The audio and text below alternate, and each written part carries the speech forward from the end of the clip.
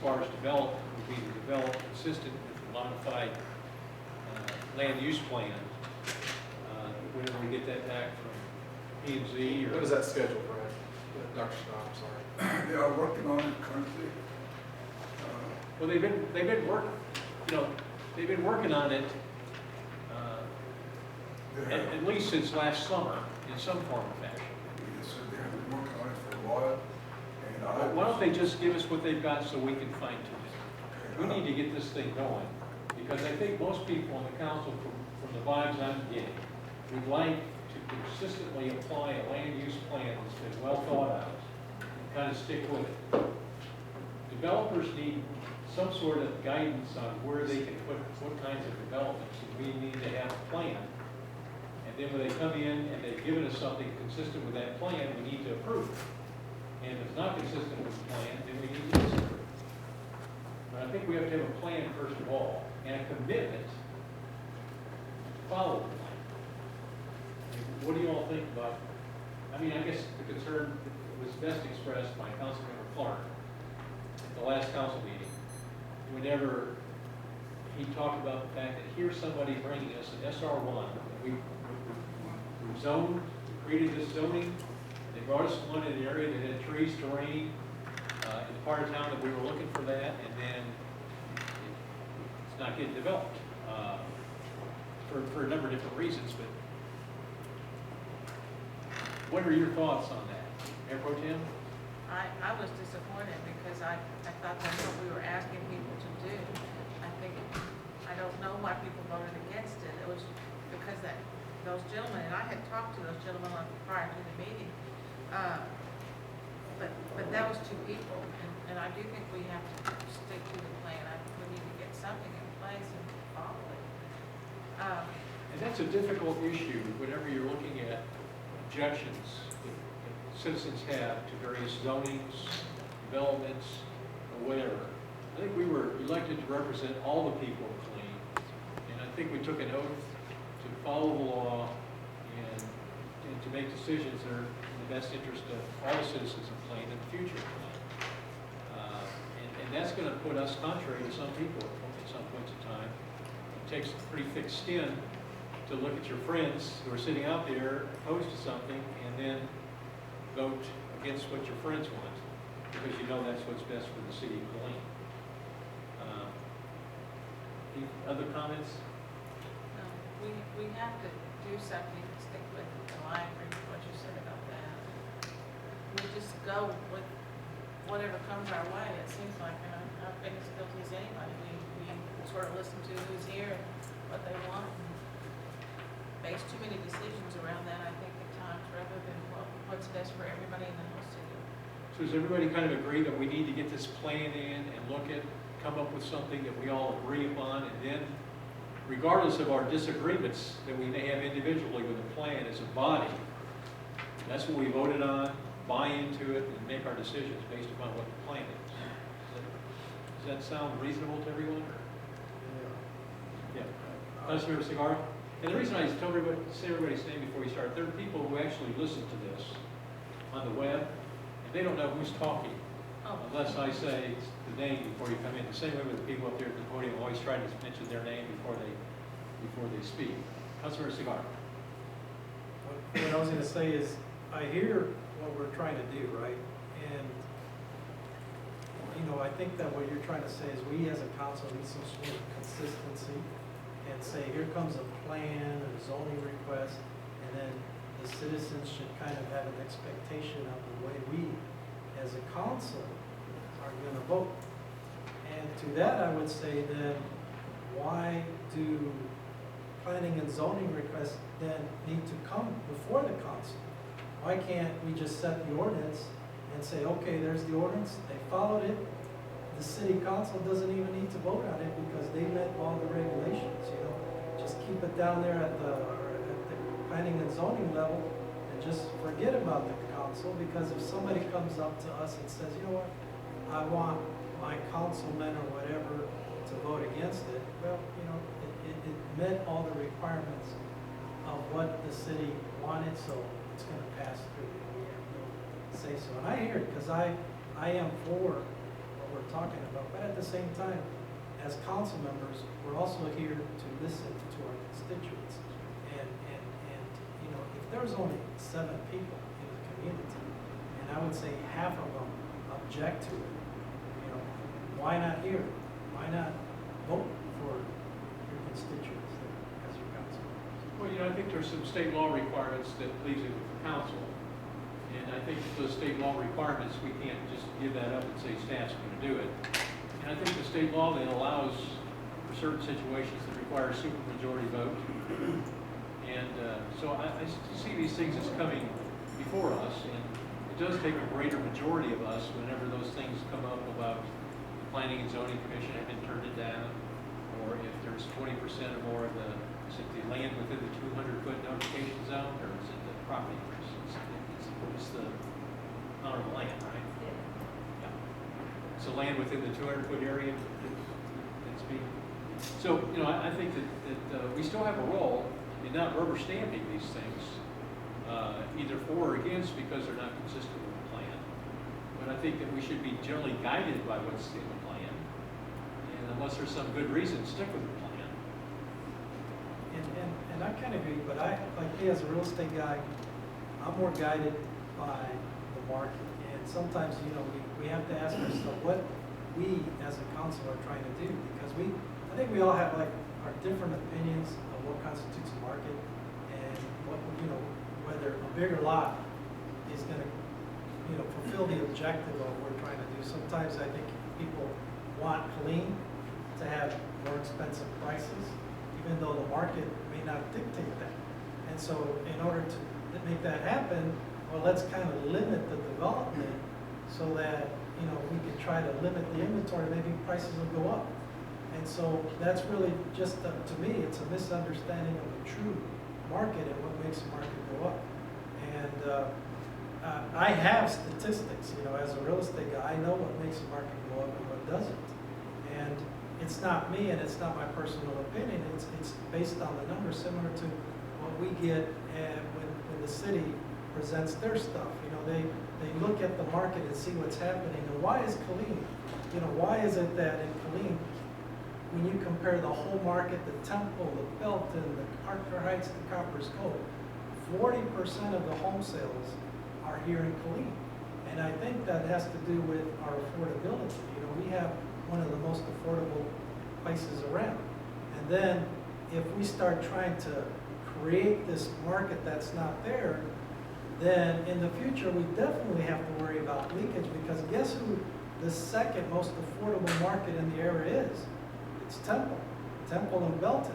So, you know, as we start playing as a councilman, you know, we want to kind of limit and make it difficult for people to develop. Well then, you know, the average price in Temple, it's $125,000. So here we go, let's go build some houses out there. I think the only reason that it hasn't been done in Copper's Cove is because they haven't had the infrastructures to build. But guess what? That's changing, and it's changing fast. So, you know, we can't force the market to go in a certain way that, you know, that it's not going to go. So we have to kind of let it go and work itself. And I think that we have to be careful, especially when we're making our plans in the future, what we're trying to do. You know, what is our main intent? Are we trying to just increase prices fake, you know, or are we trying to, bigger lots doesn't mean that home prices are going to go up. One of the most expensive, where homes are sold the most, and I have the numbers here, the most expensive home sales are created in Belton. And you know, Belton has pretty small lots. You know, the development out there is not as big as, so here we are, we're trying to change that. And the market kind of thinks differently. It doesn't say that we need to go that way. So, Some of our more expensive homes are in the Willows with really small lots. a really small lot. So here we are, we're trying to do something that the market ain't ready to do. So, you know, that's my perspective, not my 2 cents. I know that area that we developed, that we turned out a couple weeks ago, I know that's coming back. You know, eventually there will be development there. So I don't think that was a cause that, you know, we can forget it. All that area is going to be developed. And I just think right now, it may not be the time. Councilor Okra, your thoughts? Yes, well, for one, I take my cue from the comprehensive plan, where it says that we will grow, manage in a way that is in the best interest of the community, its residents, and its taxpayers. So I would not dare go where a fool would go. I would take my time. I don't know what that means. Well, ask somebody about it.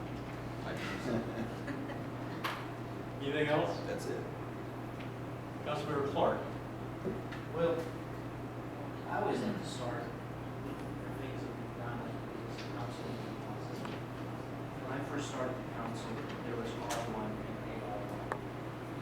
But recently, we've approved SR1, which gives, and these are all lot size numbers, which brings us from lot sizes of 6,000 square feet to 8,400 square feet. And that gives somebody that wants to take a risk and build something different, a little bit more square footage to do that. And when we had our joint meeting with P&Z, we talked about creating something called SR2. It became called SR2, which goes to a 15,000 foot lot. And the one thing I think I'm really excited about is our AR1, because I think families, as it gets more expensive to live, families will start living together. And our AR1 allows them to have a second home on their property for an aunt, grandmother, you know, a child, a boomerang, it comes home for 3 or 4 months or a year. And so I think as a council, we've done some really good stuff. We've created more tools, and we've looked at the comprehensive, the future land use map and the comprehensive plan, because there was instructions at the end of each of those chapters of recommendations or what the council may consider. So I plan on restudying the comp plan again and looking at those questions, because in that section, the work we're talking about doing is doing that. And I thought we were really moving in that direction. But I think, and this is kind of a little swing here, but it seems to me after a little bit more than 2 years of sitting on this council, there's still some small town thinking in the community that's growing large fast. And that's with this speculative reason. I would like our council maybe to start to slow people down that are coming down using the hometown, I know everybody, slap you on the back mentality, that I'm going to get this zone because I have the possibility to sell it to somebody else that's coming from the outside. But zoning lasts forever. And making zoning decisions is this body's responsibility. And I'm really, it's going to be harder and harder to at least convince 1/7 of this council to agree to any more speculative rezoning. We're getting large enough where I want to see a plan. If somebody's willing to take a financial risk to build a project in our city, then stand up in that podium, go through our planning department, bring your plan to the table with your zoning at the same time. Then we know we're growing as a city. If we just start peppering B3 all over the place, I believe, and city staff can correct me, but since I've sat on this council, we rezoned something for alcohol sales, a liquor store, and I believe that it's not, I believe it's a real estate office. But that zone is still there for that liquor store. Zoning is an important decision, and speculative rezoning is a dangerous place for this council to be in a fast-growing community. Well, I think from the city attorney's point of view, I guess the question is, can you have conditional zoning where you can zone it only if you do this thing with your site plan or whatever else? Is that possible legally under the laws of the state of Texas? So there we go. But it's not illegal to deny it, so. Well, I hope we don't get mixed up in court cases over something like that, because that, we had Carr versus Tippett that we need to bring up. Anything else, Councilman Clark? Well, I wasn't intending on debating that. That wasn't my idea. But since we went one step further, I see zoning as a decision that is either accepted or denied. If you're asking for rezoning, you need to stand up why you're asking for rezoning. I don't, and this body can say no. You haven't provided enough facts. That's not a Farr versus Tibbetts thing. It's just state, what's your plan? You don't have one. Why sell it to your plan? But I really think that we lost an opportunity with what we voted down the other day by majority, we made it a super majority. I don't know how we saved that project, because it was just one landlord that abutted the property, because nobody else abutted the property, so it was one landlord that basically said, I don't want this, which created the need for the super majority. I don't know how we saved that project, I don't know. Can you have, we talk about mixed use in the commercial sector, but I guess we don't talk about mixed use in the housing sector. Could that be salvaged with a mixture of a plan that shows, but when you do the PUDs, you get out of the SR1, AR1, R1 business, right? But could it be salvaged if some lots are SR1, some lots are R1, people know where they are, they can see the plan? Or does it just go to PUD when you get to that point? With the BD, excuse me. With the BD, you can do a mixture of anything.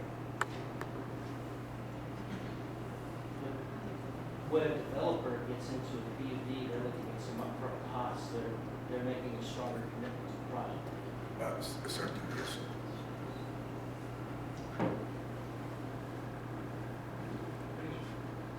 Councilor Foster? Thank you, Mr. Mayor. I really don't want to second guess my colleagues based on last week's incident alone. I would actually like to offer respectfully a counterpoint that I think we've actually been moving towards a consensus, and I'd like to point out one of the really fun things that I think happened is that we found that there was a consensus of 4 that doesn't normally always vote together on those kind of things. And I think that points to the strength and the efficacy of the comp plan as we have it, and I'm excited about revising it as well. Specifically, I like to think about maybe adding some supplements to it. The only supplement that we actually have at this point is the downtown action plan, and it's a phenomenal document, and we seem to be following it. It laid out designs for streetscaping, and we've been executing that very faithfully. It also points out that we are going to need a new facility for a city hall at some point, and it provides for spaces like that. It can obviously be amended, but I think that it gives us something tangible to kind of look at. It gives us a great picture to hang our mind around. And I'd actually like to see us maybe think about adopting some of those for some of our, I guess you can call them zones or districts. I'd like to see, not something quite so elaborate, but I'd like to see us kind of putting the imagination and reality of the pavement to think about things like neighborhood planning and areas that we can specifically target for redevelopment and be working towards. We can also kind of concentrate heavily on places where we anticipate heavy growth and think about decisions that this body can make to help kind of shape the way that goes so that it doesn't end up running amok or anything like that. Thinking about gateway corridors and whether or not we want to put our best face forward. I think we've done a really good start on that with, say, the university and cemetery overlay districts. But that doesn't mean we have to stop right there. But I am excited about 195 and having kind of a new front door. So things like that, just thinking about this, really just placing emphasis on place and on neighborhoods and on thinking about housing decisions that will sustain the spirit of our neighborhood longer than what I think some of our more basic subdivision designs are right now. And I'm all for density. I think that you can achieve that for HUD, which the plan encourages really well. Hope to see that really bear fruit in the near future. And then finally, this is something that I'd like to know how the council feels about. I would really like to see us explore, put into the work plan, a masonry ordinance for commercial businesses, and see if there's something from Texas Masonry Council, some resources that we can use to implement there. That's really all I got. Yeah, and with regard to the masonry, you're talking, I guess a good example of that would be that storm water crest. If we had required masonry on all sides, that's really the way they would have built They it. would, that's Or what he 3 said. sides. And doesn't have to cover the entire wall, but there's, lots of different things that you can do that will provide the benefit, the structure of masonry, and the lasting effect of it that doesn't necessarily cost on the planning. So, Anything else, Councilor Foster? thanks, sir. Councilmember Harris. I mean, I just think like, even with the plan, the timing is everything. And even as we have the comprehensive plan and, we look at it, because even with the homes that, we voted down last week, the type of homes he wanted to build, I completely agree with that. I love the idea of it. But at the same time, we got to look at timing with some stuff. And I look at, that portion of the road, you guys were in front of Tremere and, where it was. At what point in time would that road have to be widened? Because it will be one day, because the traffic and so forth is increasing, so things like that. At the same time, we keep making consistency with the plan, the way it was already, zoned. As far as like zone for like the 1 acre lots, I'll say that.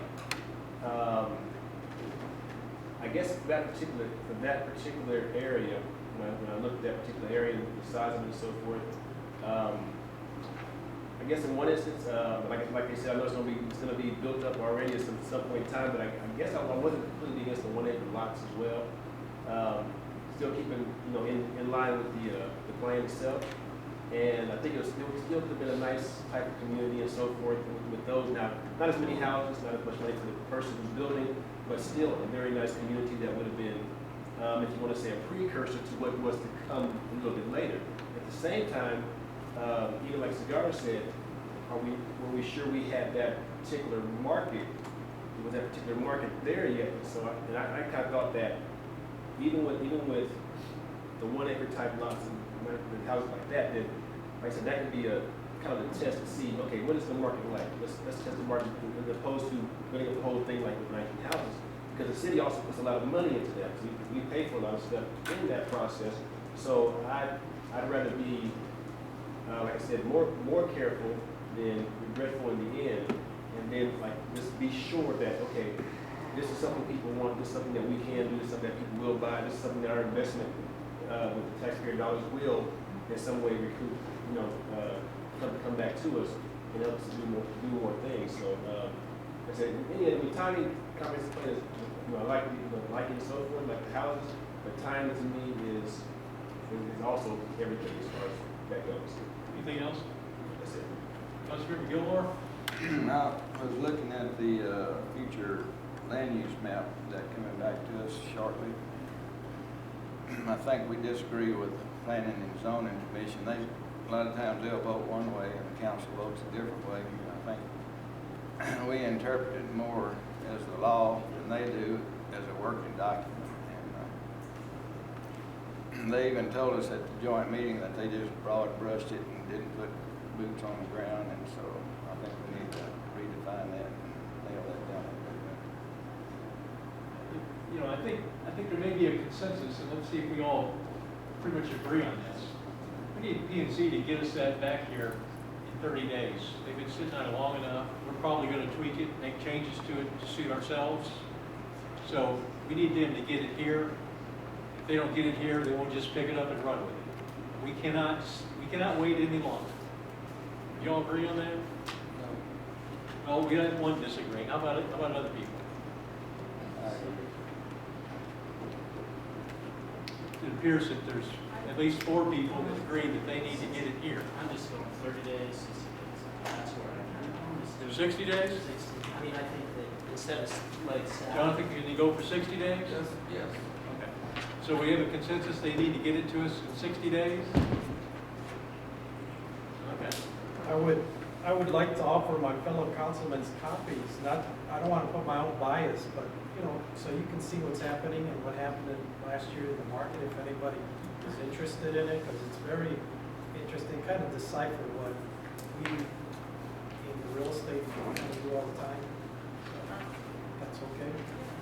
So it sounds like what we need to do is to get that plan fleshed out, where we all buy into it. Seems like I was saying this a year ago. Was I saying this a year ago? Yes, I was. Where we get it fleshed out, we get it to be specific enough that we can deal with, and then we implement it, try and make it happen. And add some annexes for particular areas, particular special projects, or whatever we want to look at. Does that sound agreeable to everybody?